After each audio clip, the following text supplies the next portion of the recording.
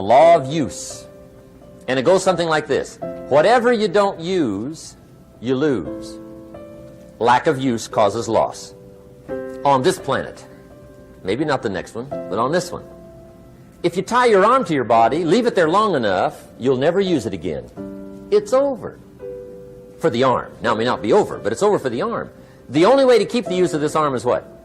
Keep using it. If you quit, you lose. Automatically. They don't bring it up for a vote. You lose automatically when you quit. Now, the same thing that goes for your arm goes for your brain, mentality. The same thing goes for all the human virtues. Ambition, unused, declines. Strong feelings, unused, diminish. It doesn't grow, it diminishes. Faith, unused, decreases. It's a law. Vitality, unused, diminishes.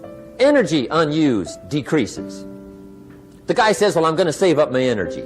You can't do that. That's like trying to save today, put it on the end of the year. See, you can't do that. They'll come take you away. If you don't use today, what? It's lost. The guy says, well, I'll work twice as hard tomorrow to make up for it. See, that's foolish. You could have done that anyway. Today unused is lost. A talent unused is lost. An ability unused is lost. So here's one of the key expressions of the evening. Take a new inventory of yourself. Starting tomorrow, new project. Take a new inventory. And make sure that all of your talent and ability and mentality and ingenuity and vitality and strong feelings, faith, courage, make sure that all you've got's being used. Otherwise, you lose. Now, one of the best illustrations of the law of use is a Bible story called the Parable of the Talents. The talent story. Interesting story if you haven't read it in a while. Just review it. It's a good story. An ancient story. It says there was a master with 3 servants. He got them together one day, and he said to the 3, I've got these talents. And in those ancient days, a talent was a measure of gold. And he said to the 3 servants, take these talents and see what you can do with them while I'm gone. He said, I'm taking a journey and I'll be gone for a while. When I come back, we'll get together, go over the book, see how you did. He said, here's 5 of these talents for you. 5. Here's 2 of them for you. 2. And here's 1 for you. 1. The master said, take those talents, see what you can do with them. When I come back, we'll get together, we'll go over it all. The servant said, okay, master takes off. According to the ancient story, the master comes back from his trip. When he gets back, he gets the 3 servants together, and as he said he would, he asks, how did it go with those talents? You were 5. What happened? That servant said, well, I took the 5 talents you gave me, and I put them to work. A little shaky at first, but he said things finally got rolling. And he said, I poured it on. And he said, my talents grew to 7, 8, 9, 10. He said, I doubled my talents from 5 to 10. Books will show. Master said, one heck of a job. Or something like that. He said, I gave you 2 talents. What happened? That servant said, about the same thing happened to me. I put those 2 talents to work, poured it on. They grew to 3 and then to 4. He said, I doubled my talents from 2 to 4. Books will show. Master said, well done. He said, I gave you 1 talent. What happened? That servant said, well, I took the talents you gave me, and I carefully wrapped it, and I dug a hole and buried it, and camouflaged it, I suppose, right, so nobody would steal it. And he said, fortunately, nobody got it. And he said, I knew you were going to be here today, so I dug it up. Here it is, safely wrapped. I did not lose it while you were gone. According to the ancient story, the master said, take that talent away from him and give it to the man that's got 10. Now you might say, well, I don't like that arrangement. The poor guy's only got 1 talent. He's already got 10. It ought to be more even. Remember, I didn't ask you to like it. But this one I would ask you to learn, because it simply means whatever you do not employ, you forfeit.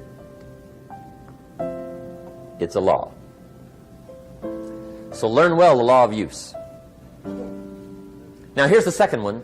Second law from the Bible. This one we've heard since we were small, I'm sure. It's called the law of sowing and reaping. In fact, we've probably heard it so often we could quote it. It says, whatever you sow, what? You shall reap. Fairly blunt, hopefully clear.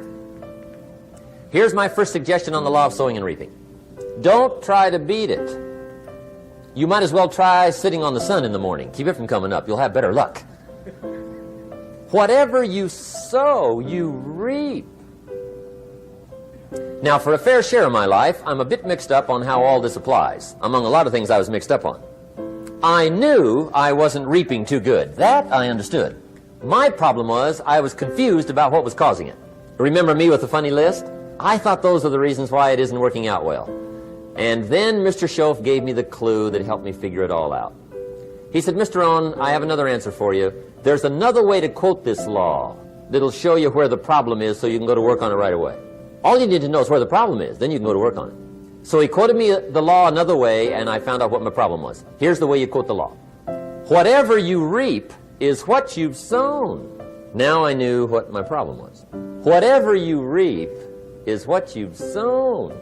If you don't like the crop, who do you look up? Answer, whoever planted it. And where do you find who planted your crop? Answer, in the mirror. What I finally learned to do come fall was to go to the mirror. That's where you go. And if necessary, you say, a few skinny carrots? I got to be unimpressed. Where were you last spring? Asleep. Didn't you read the books? Did you break your hoe? Let me give you 7 key points to the law of sowing and reaping. Let's tick right down through the list of 7. 7 points to sowing and reaping. Here's part of the philosophy that really helped me to make some changes in life direction. Number 1, the law of sowing and reaping is negative. That's number 1, which simply means if you sow bad, you reap bad. Now this is kind of 3rd grade, but it doesn't hurt to go over the basics. If you plant thistle seeds, you don't get pumpkins. Honest, no use looking for pumpkins. John says, how come no pumpkins? Come on, John. The law's negative. That's how come. Now here's number 2. The law's positive, which simply means if you sow good, you reap good. If you plant pumpkin seeds, you don't get thistles. Not from pumpkin seeds. Mother Nature won't pull tricks on you over in the corner snickering, pushing you thistles and you planting pumpkin seeds. She won't do that. You will get pumpkins from pumpkin seeds, and the reason is because the law is positive. Now here's number 3. I got excited when I found out the full dimension of this. See, you do not reap what you sow, but rather you always reap much more than what you sow. So the 3rd key word is more.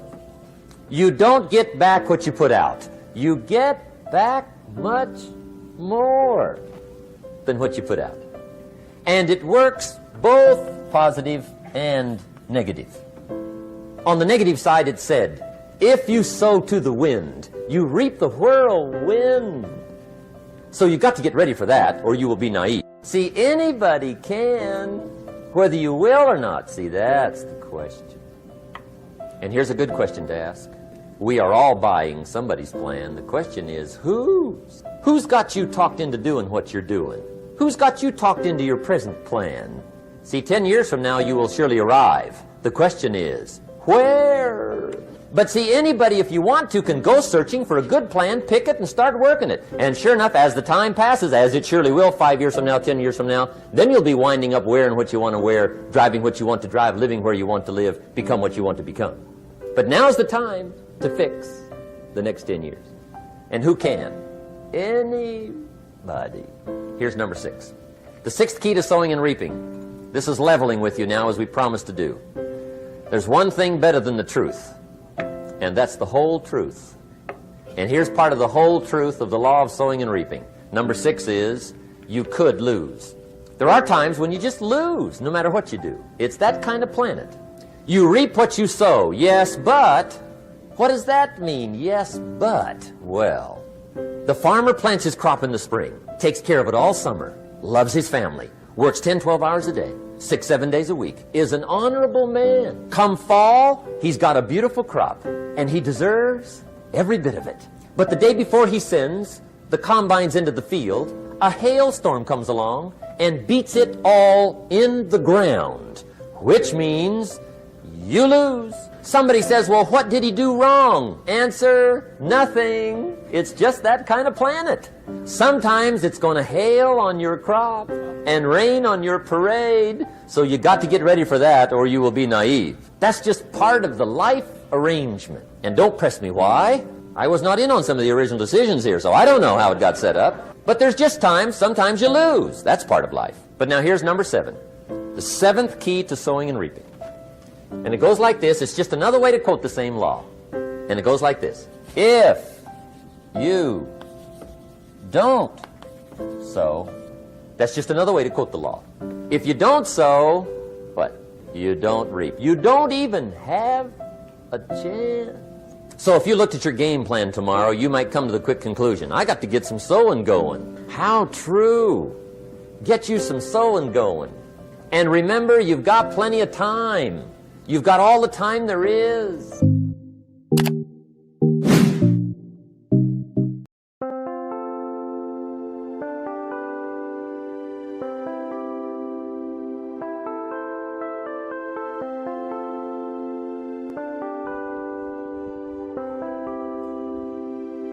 Chẳng được quên khi cơn mưa đêm lại về. Em đã quên lời thề và ta như đông chìm sâu. Không còn mơ em anh nhận màu. Em chỉ cần mơ là bye bye. Chỉ còn là những cơn mưa vô giá. Cho bên mơ em không mơ anh. Anh một đêm mơ. Chỉ cần bên em không được cơn nhớ. Và chỉ có em không còn nhớ. Và người ta bên nhau như là tớ. Muốn nhớ về say em chỉ có mấy em ở đây. Và anh như muốn chết đi nhưng không muốn em mơ mày. Tình yêu làm cho ta đau đầu. Không em như mà mơ mộng. Anh như nơi mong cầu. Và mưa bên em ngô sầu. Chào các bạn ba để mơ. Chỉ có bên em nhưng là khó mơ. Em ở đâu ra em một bên ai. Anh không mong gì hơn. Chỉ mong em sẽ ở đây ôm anh thật gần. Anh chỉ mong đôi ta được có nhau. Và đừng em đâu anh có em. Một đôi bên nào đừng có em. Ta sẽ trao nhau môi hôn thật sâu. Ôm anh cứ nữa bằng ngâu. Và em chỉ nằm đâu.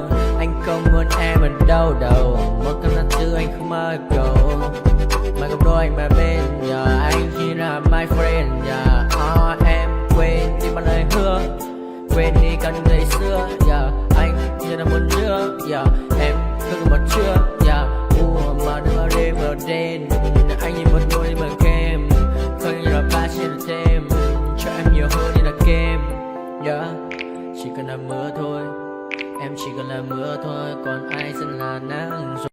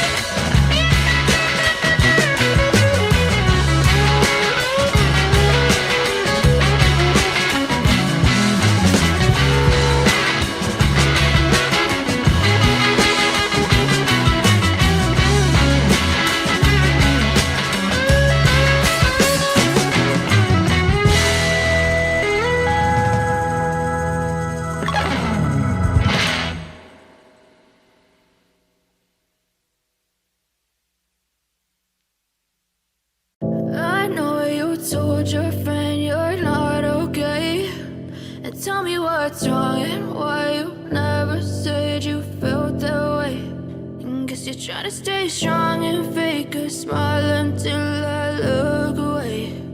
But I've known you too long, it hurts to watch your blue eyes fade to gray as you fade away, as you fade away. Yeah, I'm about to fade away, cause every time I wake up I feel like it's Monday. Something's going wrong with all the chemicals up in my brain. All of a sudden I don't look at anything the same way. Got a buildup of my thoughts sitting in an ashtray. I'm sorry that I'm so inconvenient, okay. Just let me be me and I'll stay out of your way. I can see the way you look at me, I'm such a disgrace. I never really asked to be brought into this place. You wanna love me? Well then baby have a taste. All the highs and the lows, no you'll never be the same. I don't really wanna hurt you but I can't control the pain. If you're sticking by my side maybe we could be okay. Okay, maybe you could be the change I need today. I promise that I've never felt this way. I really hope that you will choose to stay through all the pain. I know you told your friend you're not okay, and tell me what's wrong and why you never said you felt that way. And guess you're trying to stay strong and fake a smile until